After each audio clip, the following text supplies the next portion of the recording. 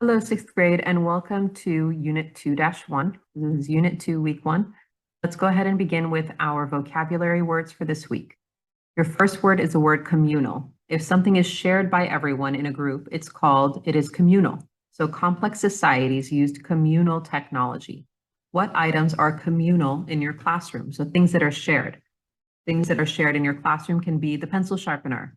It can be the privacy dividers that you guys use when you're taking a test. Maybe the supplies of things like highlighters and extra pencils. Those are communal resources because they're used by everyone. Next, we have the word derived. Derived means that something has been traced from a source or origin. So if something has been derived, you can figure out exactly where it came from or what it came from. A millennium is a period of 1,000 years. So anytime you're talking about a millennium, you're talking about a group of 1,000 years. The year 2000 was celebrated as the third millennium. Next, we have the word yields. Yields means the result of cultivation. So what does that mean? You can be talking about how much fruit a particular tree yields. How much is it given when you are fertilizing it, when you are growing it, when you're taking care of it? Next, we have the word inscription. Inscription is writing that's cut or painted or carved or pressed into another hard surface. It leaves behind an inscription. Your next word is the word stationary. Now, writing materials are called stationary. This is stationary spelled with an E, not with an A. E-R-Y, not A-R-Y. The other one, A-R-Y, means something that is not moving, that stands still. So stationary, E-R-Y, is writing materials. So notepads, notebooks, pencils, any kind of tools that you use for writing, that is considered stationary. Next, we have the word artifact. Artifacts are objects that are made by human beings that are used for a particular purpose. So when we talked about artifacts found from Native American cultures, we talked about finding baskets and arrowheads and clay pots. These are all artifacts. They're things that were made by people that served a purpose. Next, we have the word utilize. When you use something, you utilize it. So you utilize your pencils, you utilize your notebooks. They're things that you use on a regular basis. All right, your spelling words this week are going to focus on what we call irregular plurals. That means they don't follow the regular rules to make something from singular into plural, from one into more than one. Your first word is the word echoes. Next, we have photos, data, scarves, volcanoes, elves, media, bacteria, wolves, dominoes, solos, thieves, wives, cuffs, staffs, buffaloes, sheriffs, tornadoes, sopranos, loaves, old-fashioned, windshield, question mark, halves, and wharves. Now, for your phonics, for our irregular plurals, an irregular plural is basically a word that when you make it plural, it does not follow the S or ES rule. So child becomes children, man becomes men, ox becomes oxen, person becomes people, goose becomes teeth, geese, tooth becomes teeth, foot becomes feet, and datum becomes data. So the information that you're gathering, when I say look at your data, that's the plural of the word datum, which means a singular piece of information. Now, there's other words that they are both singular and plural depending on how they're used in a sentence. So deer, sheep, scissors, moose, salmon, and fish, those are both singular and plural. So the way you decide which version of it you're using, you have to look at the words around it in the sentence. So if I say the deer were walking through the forest, were is a word that I use when I'm talking about more than one.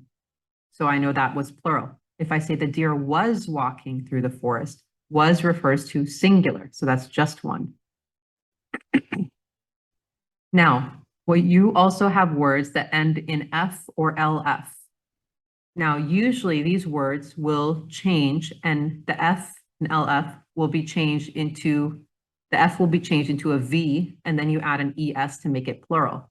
So calf becomes calves, half becomes halves, wife becomes wives, elf becomes elves, life becomes lives, and leaf becomes leaves. Now, of course, with the English language, there's always exceptions even to that rule. So which ones don't follow that rule? Roof stays as roofs, the F stays, chef becomes chefs. And then we have words that end in the letter O. So most of the time, if your word ends in a consonant plus the letter O, you add an ES to the end of it, like tomato becomes tomatoes, OES. Potato becomes potatoes, OES. Words that end in a vowel and O usually have just an S added to the end of them. So ratio becomes ratios. Now, again, there are exceptions even to this rule. So zeros can be spelled with an E or without. It's been accepted as a spelling. Cargos, S or ES. Halos, S or ES. Tornadoes, S or ES. These have all been established as plurals, even though they technically are not following the rule the way they're supposed to. All right, for your comprehension, skill, and strategy, we're talking about problem and solution. So a lot of the texts you're going to read are going to present you with a problem and a solution. So the problem can be found in informational texts. It can be found in fictional texts. It can be found in a variety of different genres. So the problem is the issue that's being faced either by real people or animals, or the difficulty that might be faced by a character in a fictional story. The solution gives you remedies to that problem, and it helps you figure out how to fix it. So the solution can either include ways to overcome the problem, improve the situation, or ways to avoid having it happen again. All right, next let's get into our genre and our vocab strategy. So our genre here is expository texts. Expository texts are nonfiction informational texts that share the information with the reader. So they give you facts and teach you about something. They'll have text features such as bold-faced words and headers and titles, and they can also have things like maps, pictures, and captions. Next, for our vocab strategy, we're going to talk about Latin roots. So many of the roots in the English, many of the words in the English language have roots in either Greek or Latin. Here are some of the examples of some of the roots that we're going to talk about. So we have the root nav, which means boat or ship, and this relates to positioning or location, such as the word navigation or navigator. Next, we have the root port. Port means to carry, so something that is portable can be carried. When you import something, you're bringing it into a place. When you export something, you're carrying it out of a place. Our next root is com, which means together, so like community or communal. Our next root is plex, which comes from the word plexus, which means braided or twisted. Serve means to perform duties of something, like a server or serves or performing a service. Image, I-M-A-G, comes from the root, which means likeness. So images show you pictures that are like something. When you imagine something, you are imagining the likeness of the thing that's being described to you. Art means skill. So an artisan is someone with a particular skill. An artist, something that is artistic. And then we have the last one is lab. Lab means work. So labor or laborers are people, is work or people who do work. All right, next let's get into our grammar notes.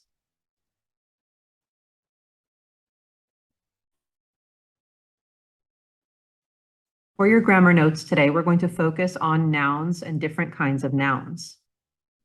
A common noun names any person, place, or thing. It's not specific. The word cat, dog, house, tree, lamp, girl, boy, friend, shoe, building, park. All of these are nouns. They're common nouns. It's not telling you specifically which one you're talking about. When you have a proper noun is the name or the title of a specific person, place, or thing or organization. Proper nouns begin with capital letters. If a proper noun has more than one word, each one of the important words has to be capitalized. So we capitalize things like the names of the days of the week. So Monday all the way through Sunday, those have to begin with a capital letter. The months of the year, different holidays, titles of books like The Mouse and the Motorcycle, Where the Wild Things Are. So we capitalize all of the important words when we have something that has multiple words. So the first word is always capitalized, and then all the important words in that title are capitalized. The names of different languages and races and nationalities, those all need to be capitalized. The names of historical events, the names of different products that you see at the stores, and the names of different geographic locations. All of these are things that need to be capitalized because they name a very specific noun. Now, we're also going to talk about what we call concrete nouns and abstract nouns. A concrete noun names a person, place, or thing that can be identified with any of your 5 senses. So a concrete noun is something you can see or hear or touch or taste or smell. Okay? Some examples of concrete nouns are the words child, book, car, street, neighbor, flowers, basketball, cake. These are all things that you can experience using one or more than one of your 5 senses. Now, abstract nouns are the opposite. Abstract nouns name something that cannot be identified with your 5 senses. Abstract nouns are usually talking about a concept or an idea. So honesty, freedom, trust, fear, joy, courage, pride, love. These are all abstract nouns. You can't use your 5 senses to identify them. All right, that takes us to the end of our notes for this week. Next, we're going to get into our weekly story.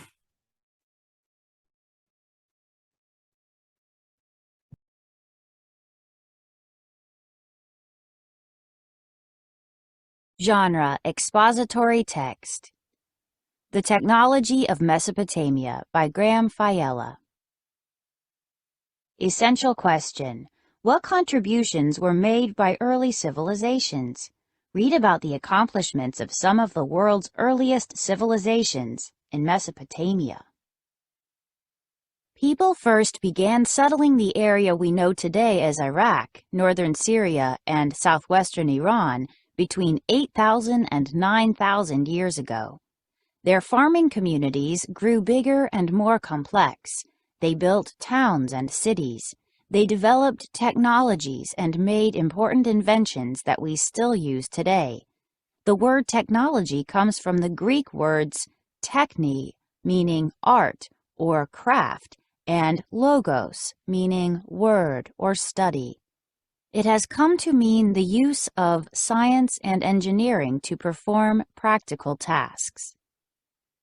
This was the land of Mesopotamia. The word Mesopotamia means the land between the rivers, the Tigris and the Euphrates. It was the first place in the world where large, complex societies used communal technology to organize themselves efficiently. Mesopotamia was the cradle of civilization. The Mesopotamian civilization was the first to build cities. The Mesopotamians' inventions and technologies evolved with their urban life. They learned how to manufacture things, keep written records, count things and measure time, govern people, construct buildings from ordinary houses to royal palaces, produce food efficiently in large amounts, irrigate their desert fields, and transport things and people across long distances. Mesopotamia was a region dominated at different periods by various groups of people for more than 4,500 years. Each new period had its own civilization, its own capital cities, languages, gods, and dynasties of kings. Sumer in the south was the first great civilization of Mesopotamia, beginning around 3500 BC. The Sumerians were followed by the Akkadians, 2334 to 2193 BC. From about 1900 BC until 539 BC, Assyria in the north and the city of Babylon in the south were the main centers of Mesopotamian civilization. Left, this illustration shows a palace along the Tigris River in the city of Nineveh. Right, Mesopotamian artists made this baked clay model of a chariot over 4,000 years ago. Dates for events in Mesopotamian history. It is very difficult to determine accurate dates for the oldest events and periods of time in Mesopotamia. Dates have to be derived from archaeological evidence. In some cases, it can only be said that an event or development happened within a 1,000-year period, which is called a millennium. In those cases, it is common to date the development or event in a particular millennium BC. However, no one can say accurately, for example, when Mesopotamian cities were first built. We know only that they appeared in the 4th millennium BC, 4000 to 3001 BC, meaning between 5,000 and 6,000 years ago. The first writing also appeared sometime in the 4th millennium, although probably closer to 3000 BC than 4000 BC. 1000 BC to 1 BC, first millennium. 2000 to 1001 BC, second millennium. 3000 to 2001 BC, third millennium. 4000 to 3001 BC, fourth millennium. 5000 to 4001 BC, fifth millennium. A lion made of glazed bricks is part of the decoration on a city gate. Irrigation and agriculture. People settled around the land between the rivers for one reason: water. Water from the Tigris and Euphrates was necessary for life to survive in that otherwise dry desert region. It enabled people to grow crops and provided water for drinking. The two rivers of Mesopotamia overflowed when rain in the north increased the flow of water running south to the sea. The overflowing rivers flooded the surrounding land. At those times of flood, there was plenty of water to irrigate crops. The problem was that the rivers did not flood regularly. They could flood any time between April and June, and a flood could be so overwhelming that it destroyed crops. Mesopotamians had to invent ways of getting water out of the rivers more regularly and in controlled amounts to irrigate their crops. They mastered the technology of irrigation. They built not only canals but underground aqueducts. They also built levees or raised banks along the rivers to protect against damaging floods. The basic materials used in water supply projects were simple: baked brick and reeds. The design and organization of these projects, however, required sophisticated planning and engineering. Mesopotamia around 1750 BC. Later names are in italics.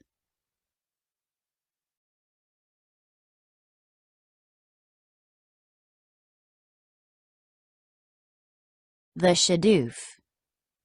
The simplest form of irrigation was the Shedoof, also spelled Shaduf. It was invented in Mesopotamia and Egypt around 2000 BC and is still used today in parts of the Middle East and Egypt. The Shedoof consisted of a long pole with a bucket on one end and a counterweight on the other. The middle of the pole was set up on a wood framework. The farmer used his own weight to pull the bucket down into the river. When it filled up with water, the farmer let go of the bucket. The counterweight at the other end of the pole lifted the bucket up. The farmer could then swing the bucket full of water around and empty it into the canal used to irrigate his field. The system could also be used to transfer water from one big canal to another smaller one. A series of shedoofs could lift water in steps from a lower source of water to a higher level. The Greek geographer Strabo, circa 64 BC to AD 23, in Book 16 of his major work Geography, described a system used to irrigate the famous Hanging Gardens of Babylon, one of the 7 wonders of the ancient world. He described water engines, by means of which persons appointed for the Egyptians and Mesopotamians first used the Shedoof around the same time, about 2000 BC. The long pole with a bucket on one end and a counterweight on the other was used mainly to irrigate fields. Purpose are continually employed in raising water from the Euphrates into the garden. We cannot be certain what the water engines were. They may have been a series of Shedoofs, or they may have been part of a bucket and chain system. For this, a chain would be wound around 2 large wheels, one above the other. The wheels and the chain would revolve continuously. Buckets attached to the chain would lift water from the river in a continuous loop. They might have emptied directly into the gardens or into a channel leading into the gardens. Aqueducts. In the 8th century BC, an Assyrian king, Sargon II, ruling 721 to 705 BC, discovered how to build underground aqueducts to transport water long distances. A surveyor first had to mark out a line on the ground in the direction the water had to travel. At intervals along the line, vertical holes were dug into the ground at different depths. Teams of diggers then dug out horizontal channels underground between the holes. Many teams could dig out the underground channel faster than one digger burrowing along by himself like a mole. Workers then smoothed out the walls of the underground channel to turn the tunnel into an underground aqueduct. This technology only worked in the hard rock of northern Mesopotamia. In the south, the ground was muddy clay and could not be tunneled into without collapsing. Where they needed to build aqueducts in the south, they built them above ground. Mesopotamian Farmer's Almanac. Around 1700 BC, a farmer's almanac of nearly 100 lines was written on a clay tablet. In it, a farmer gives his son instructions about how to grow good crops, including instructions about how to use the cedar plow and how to manage workers. Farmers in Mesopotamia knew about the benefits of crop rotation, periodically leaving fields fallow, to increase the soil's fertility. It seems, however, that they did not know the technique of fertilizing their fields to increase crop yields. The technology of writing. The Mesopotamians invented writing 5,000 years ago. Scribes, writers, used a pointed stick or reed called a stylus to scratch pictures of things on damp clay tablets. This kind of writing was called cuneiform. The clay hardened, either baked by the sun or in a kiln. The writer's inscription lasted until the tablet crumbled or broke. For the duration of their civilization throughout thousands of years, Mesopotamians wrote mainly on clay tablets. If scribes wanted to write something important, they used a stylus made from metal or bone to inscribe the writing on a more durable material such as stone. It was harder to do, but it lasted longer than clay tablets. Hundreds of thousands of pieces of clay tablets with cuneiform writing have been found among the ruins of Mesopotamia. They show how cuneiform writing developed over thousands of years. At first, the tablets recorded mostly activities revolving around agriculture or the economy of early Mesopotamian cities. Some tablets contain lists of cuneiform words to teach others what the symbols meant. At the time, there was no such thing as an alphabet. The world's first alphabet was invented in Palestine and Syria around 1700 BC. Cuneiform was the standard form of writing throughout almost the entire period of Mesopotamian civilization. Mesopotamian scribes used a stylus to practice writing. From pictograms to cuneiform. The earliest Mesopotamian writing on clay tablets dates from about 3500 to 3000 BC. It features pictures of things like sheep or cattle or grain stored in a warehouse. Each picture symbol was a pictogram. A picture of an ox's head would be the pictogram for an ox. The pictogram for a day would be a picture of the sun coming over the horizon. Barley was represented as an ear of barley. The main reason writing was invented was to keep accounts and official records. It was only much later that writing was used for literary or artistic purposes. Gradually, over hundreds of years, the Mesopotamians made their picture writing more abstract. They found it was easier to write a simplified symbol of an ox, for example, rather than a picture of it. They began using the end of a cut reed as a stylus to make standard marks to represent the object, rather than using a sharp point to draw a picture of it. The blunt end of a reed stylus was a wedge shape. The wedge shape writing they produced was called cuneiform, from cuneus, the Latin word for wedge. The three tablets pictured here represent the progression of the technology of writing in Mesopotamia.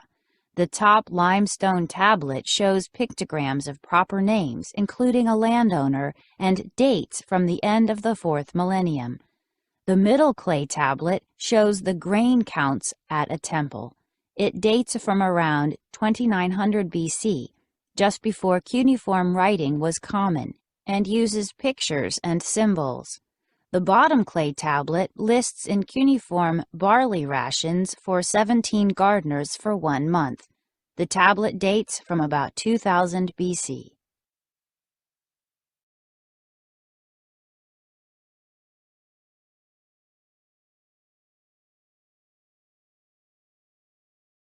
From pictograms to cuneiform. The earliest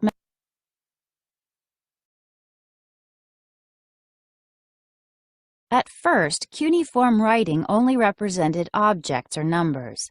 There was no grammar and no representation of the sounds of the spoken language. By around 2500 BC, cuneiform signs used for objects began to represent sounds too. The sounds they stood for, syllables, were from the language of the dominant people of the time, the Sumerians. This was the beginning of writing that represented the spoken word.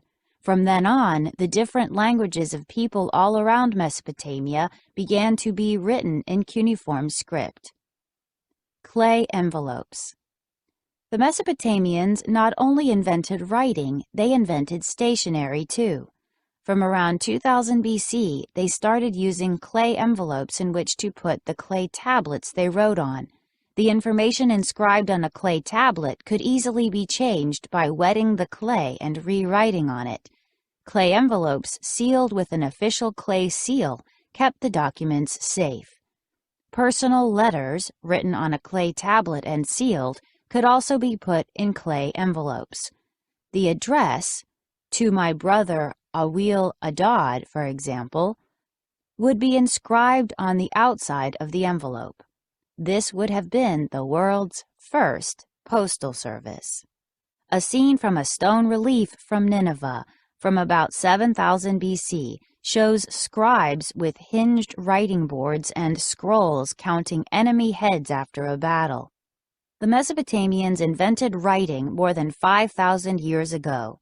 They first used a stylus, which was a simple pointed water reed, to draw pictures of objects on wet clay tablets. Hammurabi's legal code. Hammurabi, who ruled from 1792 to 1750 BC, was king of Babylon. He was one of the greatest of all Mesopotamian rulers. During his reign, 282 laws were engraved on a block of black granite stone that was 6.5 feet, 2 meters tall. The laws, written in cuneiform in the Babylonian language, are known as the Code of Hammurabi. In fact, they were not laws as such. They were a series of people's rights, responsibilities and obligations, and legal judgments. punishments for offenses were based on the concept of an eye for an eye, a tooth for a tooth. The Code of Hammurabi is the single most important written document of Mesopotamia. It gives us a clear view of everyday life and the organization of Babylonian society in the 18th century BC. It is the longest and most complete legal document in the history of Mesopotamia yet discovered. The stone on which the code was written was discovered by French archaeologist Jean-Vincent Scheele in 1901.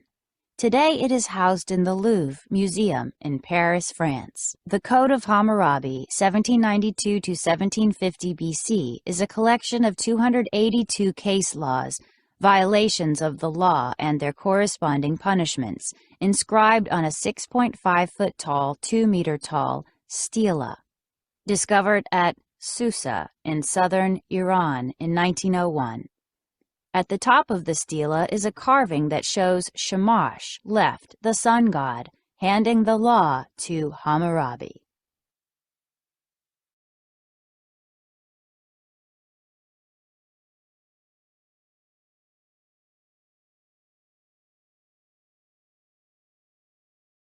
The technology of mathematics and numbers. Our knowledge of the Mesopotamians' counting systems comes mainly from Babylonian times, 2000 to 600 BC.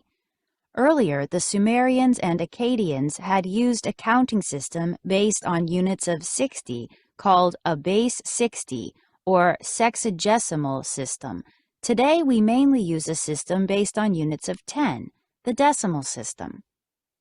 The Babylonians inherited the sexagesimal system and developed very complex mathematics from it.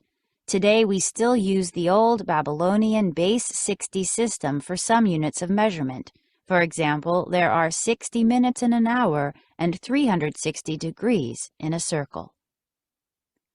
Before Babylon, Babylonian mathematics evolved over thousands of years from number systems in Mesopotamia. The earliest, from the 7th millennium BC, involved the use of simple clay tokens. The number of tokens represented a number of sheep or bundles of grain or some other agricultural commodity. Tokens later came to represent a fixed number of something.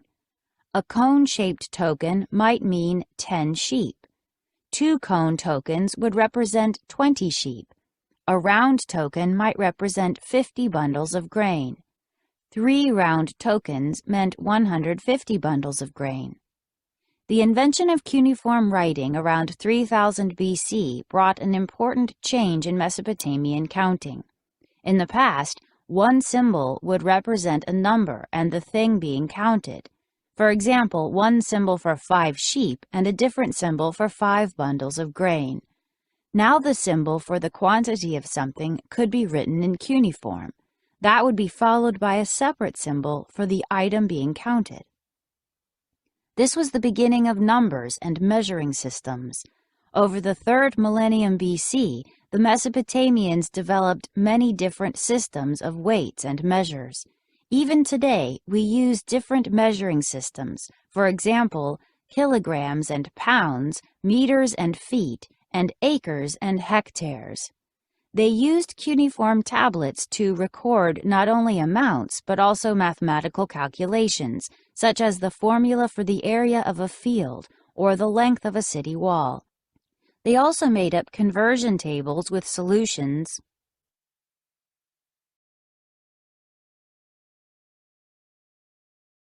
to all kinds of complicated mathematical problems. By 1700 BC, there were thousands of clay tablets showing multiplication tables, square roots, and other complex mathematics, including trigonometry. We have inherited important features of Mesopotamian counting systems. The division of the hour into 60 minutes and the minute into 60 seconds, as well as the 360 degrees of a circle, come from the Mesopotamian sexagesimal system. The division of the day into 24 hours and the year into 365 days also comes from Mesopotamia. This Sumerian clay tablet gives the calculations of the surface area of land at the city of Umma and dates from 2100 BC. the Mesopotamians used cuneiform tablets to write down complex mathematical problems by 1700 BC.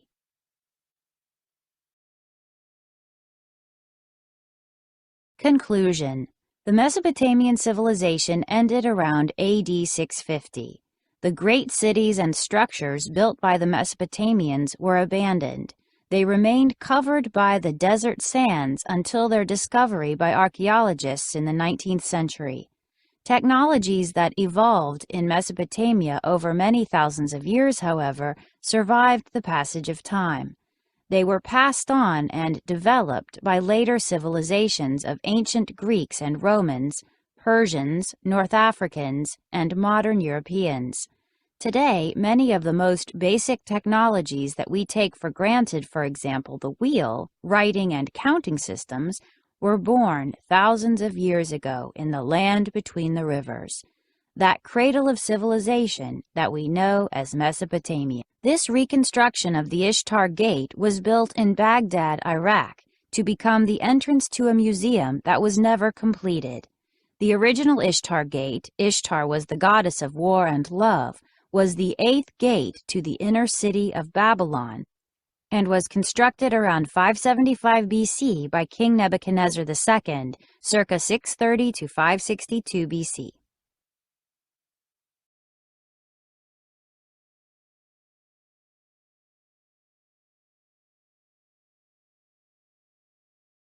Timeline: 10,000 to 9,000 BC. Permanent settlements begin in the region around Mesopotamia.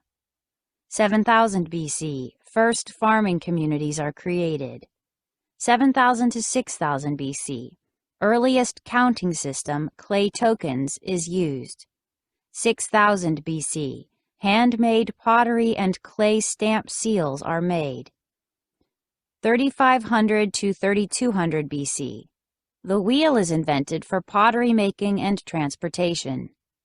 Circa 3,500 BC, first picture writing appears, cylinder seals are used. 3,200 to 2,000 BC, early Bronze Age takes place in Mesopotamia. Circa 3,200 BC, earliest Mesopotamian city, Urartu, flourishes. Circa 3000 BC, cuneiform writing is invented. Circa 2500 BC, cuneiform symbols begin to represent sounds and speech. 2100 BC, ziggurat of Ur is constructed. Circa 1755 BC, Code of King Hammurabi 1792 to 1750 BC is engraved in cuneiform on a stone slab. Circa 604 to 562 BC, the reign of King Nebuchadnezzar II and the construction of the Hanging Gardens of Babylon occur. 539 to 331 BC, Babylon is ruled by Persians. 331 to 126 BC, Mesopotamia is ruled by the Greeks.